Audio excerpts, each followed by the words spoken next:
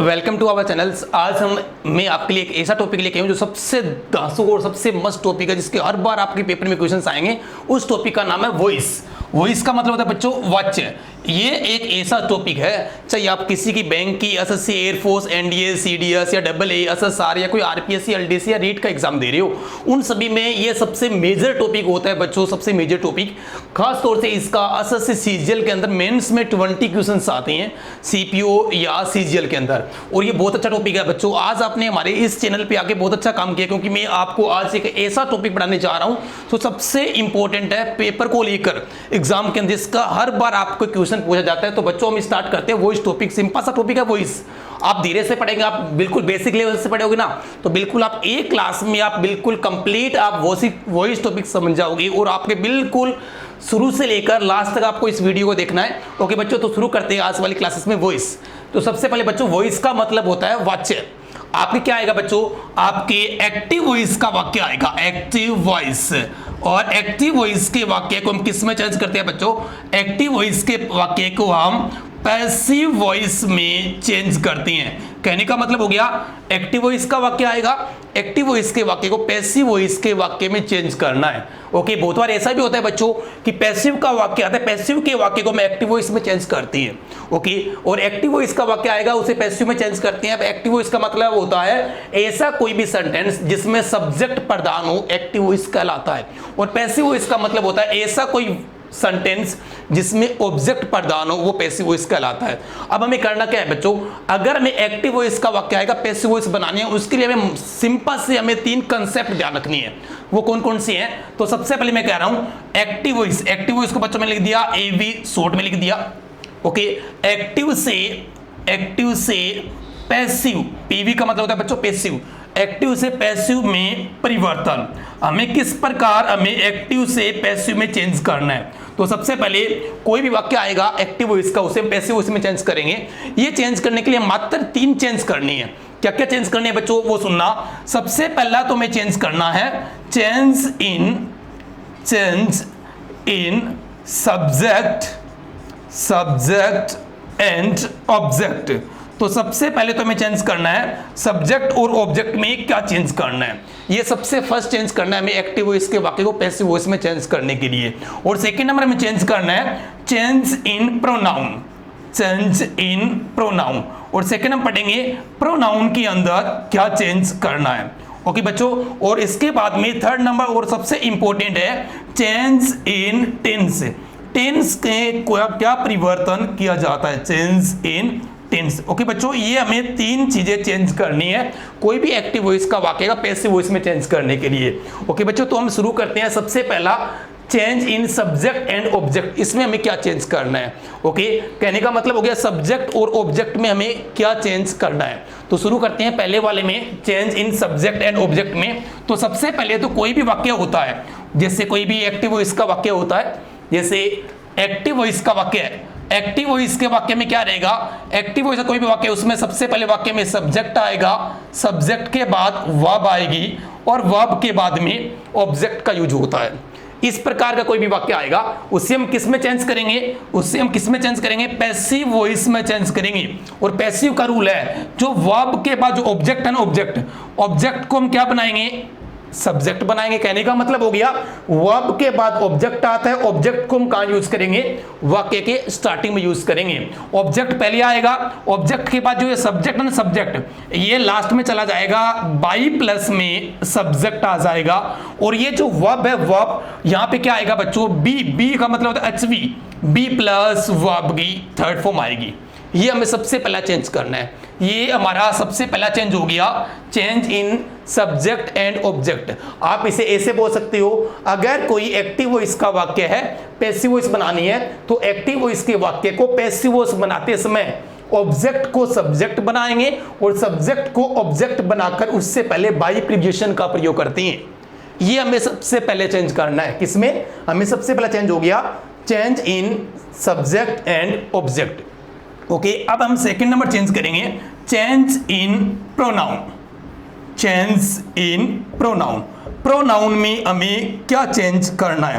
कहने का मतलब इसमें तो मैंने क्या लिखा है, सब्जेक्ट लिखा है, एग्जांपल लिखा मैंने, इसमें मैं लिखा राम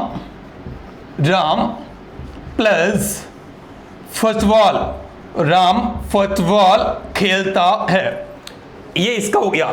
इसमें क्या आएगा, ये फुटबॉल तो वाकई कहां जाएगा, स्टार्टिंग में आ जाएगा, फुटबॉल आ गया। और ये जो है ना, ये जो राम, राम लास्ट में क्या चला जाएगा, बाई प्लस में सब्जेक्ट आ जाएगा, तो ये बाई राम आ जाएगा। That's clear. ये हमने सबसे पहला सीख लिया सब्जेक्ट और ऑब्जेक्ट में क्या चेंज करना है। और बच्चों ध्यान रखना, ये आपको सभी वाक्य में चेंज करने हैं, चाहे वाक्य पॉजिटिव हो, नेगेटिव हो, इंट्रोगेटिव हो, कोई प्रकार का वाक्य आ गया, हर प्रकार के वाक्य में हमें ये चेंज करना है। अब second number, change in pronoun. अगर प्रोनाउन आ जाता, कहने का मतलब यहां प्रोनाउन आ जाता या यहां प्रोनाउन आ जाता, तो जैसे कि एक्टिव वॉइस का वाक्य आएगा और एक्टिव वॉइस के वाक्य को पैसिव वॉइस में चेंज करेंगे। अगर कभी भी एक्टिव वॉइस के वाक्य में सब्जेक्ट के रूप में आई आ गया, अगर मान लीजिए सब्जेक्ट के रूप में आई आ गया, तो पैसिव वॉइस के वाक्य में लास्ट में बाय मी का यूज करोगे। That's clear. जैसे एग्जांपल लिखा, मैंने यहां लिखा आई टीच हिम, मैं उनको पढ़ाता हूं। That's clear.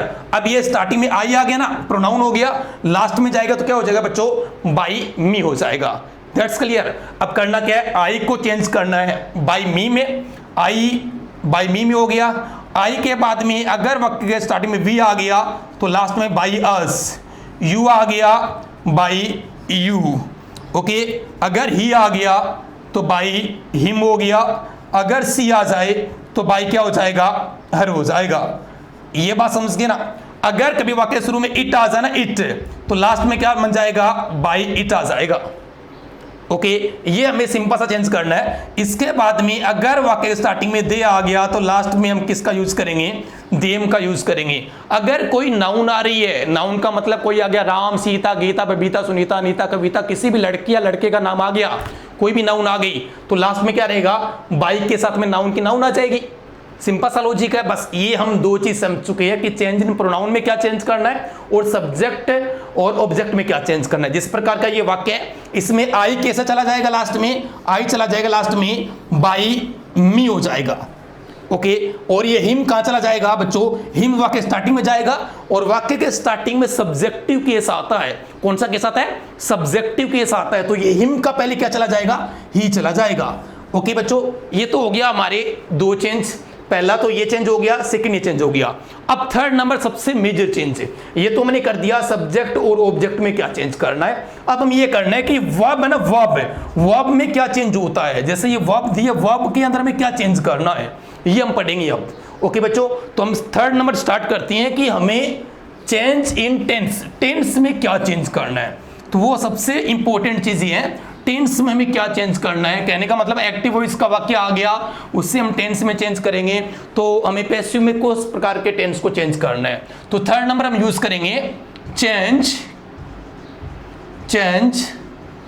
इन टेंस, मतलब कि पैसिव के वाक्य में हमें किस प्रकार चेंज करना है एक्टिव वॉइस के वाक्य को। तो हमें क्या करना है, सबसे पहले बच्चों ध्यान रखना, पैसिव के वाक्य में, पैसिव की वाक्य में यह सबसे इंपॉर्टेंट चीज ही है जो आपको एरर निकालने में सबसे इंपॉर्टेंट और सबसे रामबाण साबित होगी। पैसिव के वाक्य में, पैसिव के वाक्य में हमेशा वर्ब की थर्ड फॉर्म का यूज होता है, थर्ड फॉर्म का यूज होता है। ये बात बच्चों ध्यान रखना, हमेशा ही किसका प्रयोग करना है, वर्ब की थर्ड फॉर्म का यूज करना है। और एक बात आप नोटिस रखना, आपका कोई भी एक्टिव वॉइस का वाक्य है और एक्टिव को पैसिव बनानी है, तो आपको पैसिव में आपके पास चार ऑप्शन आते हैं। ऑप्शन में ध्यान रखना, जहां पे वर्ब की थर्ड फॉर्म आनी चाहिए और बी के साथ वर्ब की थर्ड फॉर्म आएगी, वही करेक्ट आंसर हो सकता है। कभी भी पैसिव वॉइस के वाक्य में वर्ब की फर्स्ट फॉर्म, सेकेंड फॉर्म कभी नहीं आ सकती। हमेशा पैसिव में क्या लगाओगे, वर्ब की थर्ड फॉर्म का यूज करोगे। ये बात आप बच्चों नोटिस रखना, बहुत इंपॉर्टेंट चीज है ये, ओके। अब सुनना, अगर कोई एक्टिव वॉइस का वाक्य है और एक्टिव वॉइस के वाक्य को हम किस में चेंज करते हैं, पैसिव में चेंज करते हैं, ओके। एक्टिव वॉइस का कोई वाक्य है, पैसिव में चेंज करते हैं। अगर कोई एक्टिव वॉइस के वाक्य में वर्ब की फर्स्ट फॉर्म आ गई या उसके साथ में अस या ईएस आ गया, बच्चों हो गया प्रेजेंट टेंस। अगर वर्ब की फर्स्ट फॉर्म आ गई या उसके साथ में आ गया अस या ईएस, तो हम पैसिव वॉइस के वाक्य में किस में चेंज करेंगे, पैसिव में चेंज करेंगे, इज एम आर में चेंज करेंगे और इज एम आर के बाद वर्ब की थर्ड फॉर्म का यूज होता है।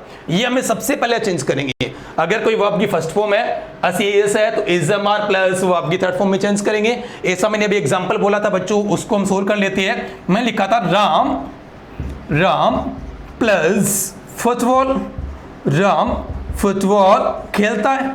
सिंपल सा वाक्य है। यहां प्लीज ओके बच्चों ध्यान रखना, अगर सब्जेक्ट सिंगुलर होता है तो वर्ब सिंगुलर आती है और वर्ब को सिंगुलर करने के लिए अस या ईएस का यूज किया जाता है। सिंपल सी बात है। अब इसके में पैसिव बनानी है, तो पैसिव कैसे बन जाएगी? सबसे पहले ऑब्जेक्ट को हम सब्जेक्ट बनाएंगे, तो ये क्या हो गया? फुटबॉल वाक्य की स्टार्टिंग में आ जाएगा। और ये क्या हो गया? प्लेज वर्ब की फर्स्ट फॉर्म के साथ में अस या यस है, किस में चेंज होगा? इज एम आर में चेंज होगा। इज एम आर के साथ वर्ब की थर्ड फॉर्म आएगी। अब इज आएगा, एम आएगा, आर आएगा। डिपेंड किस पे करेगा बच्चों? डिपेंड करेगा सब्जेक्ट पे। फुटबॉल सिंगुलर है तो वर्ब कौन सी आ जाएगी? सिंगुलर आ जाएगी। तो फुटबॉल के साथ में क्या आ गया? इज आ गया। इज एम आर के साथ किसका यूज करेंगे? वर्ब की थर्ड फॉर्म का यूज करेंगे। तो इज आ गया, प्ले की थर्ड फॉर्म होती है बच्चों प्लेड, और लास्ट में आ जाएगा बाई के साथ में क्या आ गया? राम। सिंपल सा एग्जांपल था। अब मैं एक बात आपको लॉजिक ध्यान रखना, ये बाई है ना, बाई एक प्रीपोजिशन होता है और प्रीपोजिशन के बाद हमेशा ही ऑब्जेक्टिव केस आता है। इसीलिए क्या होता है, अगर वाक्य सब्जेक्ट में यहां पर अगर कोई भी यहां पे सी होता ना तो लास्ट में क्या आता? बाई हर आना चाहिए। अगर ही होता तो लास्ट में आएगा बाई हिम आएगा। सिंपल सा है। इस प्रकार हमें चेंज करना है। अब सेकंड नंबर में क्या करना है, अगर कभी वाक्य में डू आ गया या डज आ गया, अगर डू डज आ रहा है, डू डज आ गया, डू डज को किस में चेंज करेंगे? या डू या डज आ गया तो उससे भी हम करेंगे is am are. Is am are के साथ वर्ब की थर्ड फॉर्म आएगी। अगर कभी वाक्य में आ गया डू नोट या डज नोट आ गया तो is not, am not, are not. ये इज आएगा, एम आएगा, आर आएगा, डिपेंड करेगा वाक्य में सब्जेक्ट कौन सा है। अगर सिंगुलर सब्जेक्ट तो इज आएगा, अगर आई है तो एम आएगा। अगर कोई भी बहुवचन सब्जेक्ट होने के बाद में हमें उसके साथ में आर का यूज करना है। That's clear. अब इसके बाद में थर्ड नंबर, अगर कभी वाक्य के अंदर इज आ रहा है, एम आ गया या आर आ गया और इज एम आर के साथ वर्ब की फर्स्ट फॉर्म प्लस आईएनजी का यूज होता है। अगर कभी ऐसा आ रहा है ना तब हम क्या करेंगे? इज एम आर का तो इज एम आर रखेंगे, इज आएगा, एम आएगा, आर आएगा, और इसके साथ में हम क्या करेंगे? जो वर्ब के साथ आईएनजी है, क्योंकि यहाँ पे आईएनजी आ नहीं सकती। क्यों नहीं आ सकती? क्योंकि पैसिव का रूल है हमेशा वर्ब की थर्ड फॉर्म का यूज होना चाहिए। तो यहाँ पे हम क्या करेंगे? आईएनजी को हटाकर बीइंग वर्ड का यूज करेंगे। ये बात ध्यान रखना, जहां पर भी आईएनजी आ जाए ना उसको हटाके हमेशा बीइंग का यूज करेंगे, और बीइंग के साथ में वर्ब की थर्ड फॉर्म का यूज होता है। That's clear. नेक्स्ट नंबर, इसके बाद में 4 नंबर, अगर कभी वाक्य में हैज आ गया या हैव आ गया, हैज हैव के साथ वर्ब की थर्ड फॉर्म आती है। ओके बच्चों ध्यान रखना, अगर कभी हैज आ गया, हैव आ गया, हेड आ गया, या कभी भी ये कभी एचवी आ जाए ना, इनके साथ हमेशा वर्ब की थर्ड फॉर्म आती है। इसको हम छोटे बच्चों को याद करने के लिए छोटी सी ट्रिक बता रहा हूं मैं। जैसे ये एच होता है, एच में first line, second line, third line. H जहां पर भी आ जाए ना इसके साथ में हमेशा ही वर्ब की थर्ड फॉर्म आती है।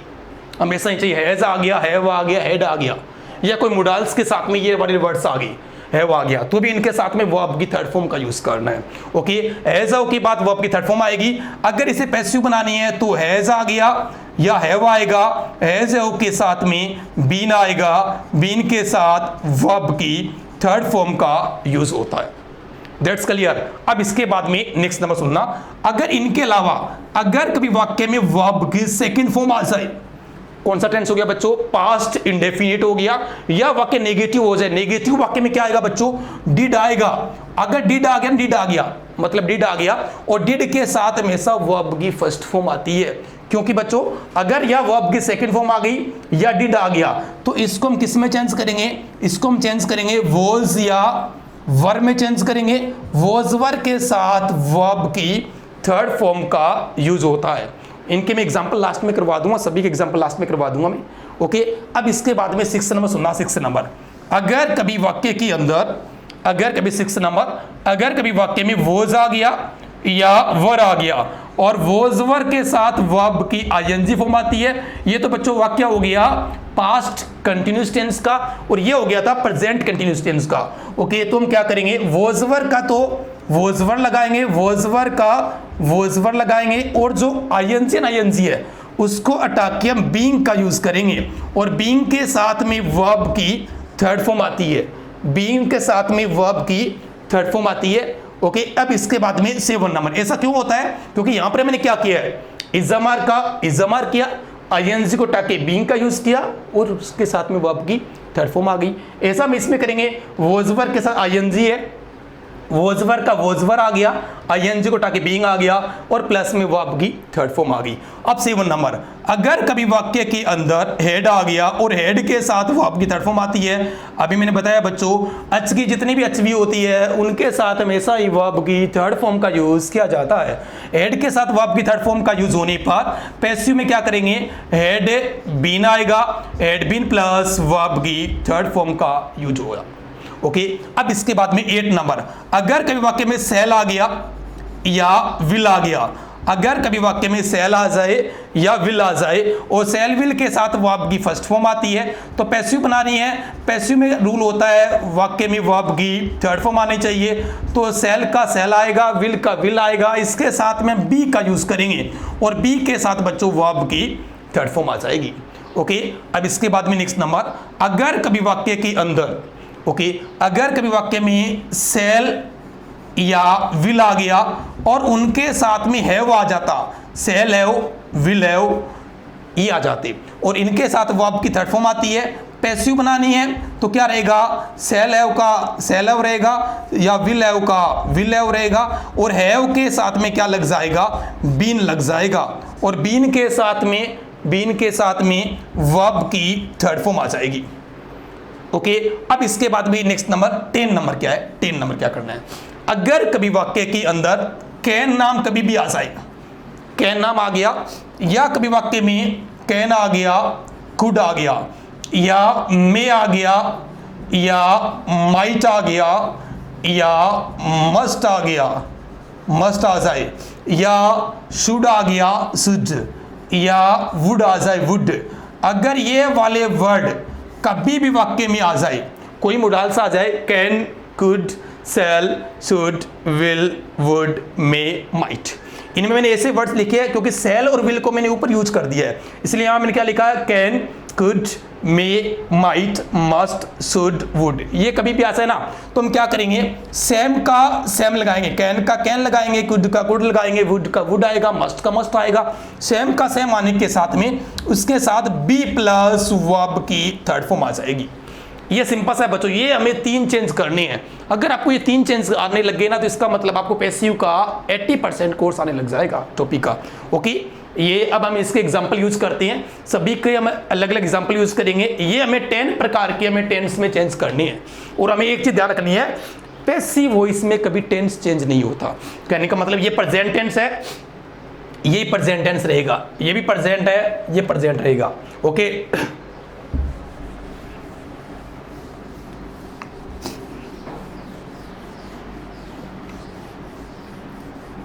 अब हम शुरू करते हैं इनके कुछ एग्जांपल्स, इंपॉर्टेंट कुछ एग्जांपल सभी के। ओके, अब मैं सबसे पहला एग्जांपल यूज किया, मैंने सबसे पहला एग्जांपल। ओके, सबसे पहले मैं लिखा रमेश रीड्स ए बुक, ऐसा सेंटेंस आएगा, ये एक्टिव वॉइस का वाक्य हो गया। इसके में पैसिव बनानी है तो पैसिव का रूल क्या होता है, पैसिव का रूल होता है सबसे पहले हम बच्चों क्या करेंगे, ऑब्जेक्ट को क्या बनाएंगे, सब्जेक्ट बनाएंगे और सब्जेक्ट को क्या बनाएंगे, ऑब्जेक्ट बनाएंगे। तो सबसे पहले बच्चों ध्यान रखना, अगर किसी को पता ना चले कि ऑब्जेक्ट होता कौन सा है तो ध्यान रखना, अगर जो कोई मेन वर्ब है, मेन वर्ब के बाद हमेशा ऑब्जेक्ट आता है, इसके बाद और कुछ भी आ जाते हैं, in the morning, in the evening, in the afternoon, इससे कोई फर्क नहीं पड़ेगा, परंतु हमें क्या करना है, हमें ऑब्जेक्ट देखना है कौन सा है। ऑब्जेक्ट ए बुक हो गया तो ए बुक को हम क्या लेके आऊंगा, वाक्य के स्टार्टिंग में आ जाएगा, ए बुक आ गया, ए बुक के साथ में ये क्या हो गया, रीड्स प्रेजेंट टेंस है, अस इस लगा वर्ब के साथ, अगर वर्ब के साथ अस या इस होने पर पैसिव के वाक्य में is am are plus verb की थर्ड फॉर्म का यूज करना है। अब इज आएगा, एम आएगा, आर आएगा, डिपेंड किस पे करेगा, सब्जेक्ट पे करेगा। सब्जेक्ट क्या हो गया, ए बुक हो गया, ए बुक के साथ में क्या आ गया, इज आ गया, इज एम आर के साथ वर्ब की कौन सी फॉर्म आएगी, थर्ड फॉर्म आएगी। उसके बाद में बाई प्लस में सब्जेक्ट को क्या बना दिया मैंने, ऑब्जेक्ट बना दिया, बाई रमेश आ गया। Okay, one more example I take here, second number example use कर रहा हूं मैं लिखा I am speaking English at this time. अगर कभी ऐसी वाक्य में एडवर्ब भी आ जाती है कोई भी, तो सबसे पहले इसमें आई तो सब्जेक्ट हो गया, ये एचवी हो गई, ये मेन वर्ब हो गई, और ये मेन वर्ब के बाद में क्या हो गया, ऑब्जेक्ट हो गया। ऑब्जेक्ट होता है बच्चों हमेशा ही वर्ब के बाद में, तो ये तो वर्ब, ये वर्ब के बाद ऑब्जेक्ट, और ये क्या बन गया, सब्जेक्ट हो गया, और ये क्या हो गया, ये होगी एडवर्ब एट दिस टाइम। इसके हम पैसिव बनानी है, तो सबसे पहले क्या करेंगे, ऑब्जेक्ट को सब्जेक्ट बनाएंगे, पैसिव बनाएंगे। तो हम सबसे पहले क्या करेंगे, इंग्लिश नाम वाक्य के स्टार्टिंग में चला जाएगा। इंग्लिश वाक्य में क्या दे रखा है बच्चों, इज अ मार्क के साथ आईएनजी दे रखी है, और मैंने क्या लिखा था थर्ड नंबर पे, अगर कभी वाक्य में इज अ मार आ जाए, इज अ मार्क के साथ आईएनजी का यूज होने पर उसे इज अ मार प्लस बीइंग प्लस वर्ब की थर्ड फॉर्म में चेंज करना है। इंग्लिश के साथ में क्या आएगा, इज आएगा, आईएनजी को क्या नाम आ गया, बीइंग आ गया, बीइंग के साथ वर्ब की थर्ड फॉर्म आ जाएगी, स्पोकन आ गया, स्पोकन, उसके बाद में बाई, आई का क्या हो जाएगा, मी हो गया। अब एट दिस टाइम का एट दिस टाइम आ गया। ओके, सिंपल सा एग्जांपल है, सिंपल सा है। Okay, one more example I take here, I have completed my work, मैं मेरा कार्य पूरा कर चुका हूं। ओके, सबसे पहले क्या आ जाएगा, माई वर्क दे रखा है ऑब्जेक्ट में, तो सब्जेक्ट आ जाएगा। पैसिव बनाएंगे तो ये सबसे पहले आएगा माई वर्क, और माई वर्क के साथ में यहां पे क्या देती इसने, हैज के साथ वर्ब की थर्ड फॉर्म दे रखी है। अगर हैज के साथ वर्ब की थर्ड फॉर्म होने पर has plus been plus verb की थर्ड फॉर्म का यूज होता है, तो ये आएगा माई वर्क। और बच्चों वर्क हमेशा सिंगुलर होता है, और वर्क सिंगुलर होने के साथ में क्या आएगा, सिंगुलर वर्ब आएगी, हैज बीन कंप्लीटेड बाय मी हो गया, आई क्लास में क्या हो गया, बाय मी हो गया। ओके बच्चों, सिंपल सा एग्जांपल है, ये हो गया। अब इसके बाद सुनना नेक्स्ट नंबर